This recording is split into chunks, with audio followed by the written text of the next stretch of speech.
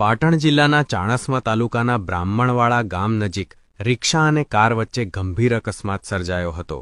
આ દુર્ઘટનામાં એક બાળક સહિત 2 વ્યક્તિના મૃત્યુ થયા હતા, જ્યારે એક ગર્ભસ્થ શિશુ પણ મૃત્યુ પામ્યું હતું। દંપતી સહિત 3 લોકોને ઈજા પહોંચતા સારવાર હેઠળ ખસેડવામાં આવ્યા છે। પ્રાપ્ત માહિતી અનુસાર ચાણસ્મા તાલુકાના છમીસા ગામના અજીતજી ઠાકોર, તેમની પત્ની અને 5 વર્ષનો પુત્ર તેમજ હિંમતજી ઠાકોર અને તેમની પત્ની રિક્ષામાં ચાણસ્મા તરફ જઈ રહ્યા હતા। આ દરમિયાન રિક્ષા ચાલકે તેના કુટુંબી ભાઈને પણ સાથે લીધો હતો। આમ રિક્ષામાં 7 લોકો સવાર હતા। બ્રાહ્મણવાડા નજીક પહોંચતા જ સામેથી આવતી કાર સાથે રિક્ષા અથડાઈ હતી।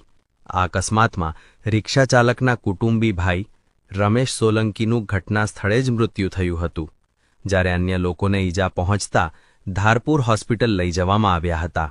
ધારપુરથી અજીતજી ઠાકોર અને તેમના પુત્રને વધુ સારવાર માટે અમદાવાદ લઈ જવામાં આવી રહ્યા હતા, ત્યારે રસ્તામાં પુત્રનું પણ મૃત્યુ થયું હતું। અજીતજી ઠાકોરની પત્ની 8 માસની ગર્ભવતી હોવાથી ગર્ભમાં રહેલા બાળકનું પણ મોત થયું હતું।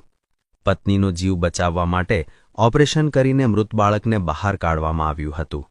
રિક્ષા ચાલકને પગમાં ફ્રેક્ચર થતાં તેને ખાનગી હોસ્પિટલમાં દાખલ કરાયા છે, જ્યારે અજીતજી ઠાકોર હાલમાં અમદાવાદ ખાતે સારવાર હેઠળ હોવાનું પરિવારજનો પાસેથી જાણવા મળ્યું છે। રિક્ષામાં સવાર અન્ય દંપતીને સામાન્ય ઈજાઓ પહોંચી હોવાનું જાણવા મળ્યું છે।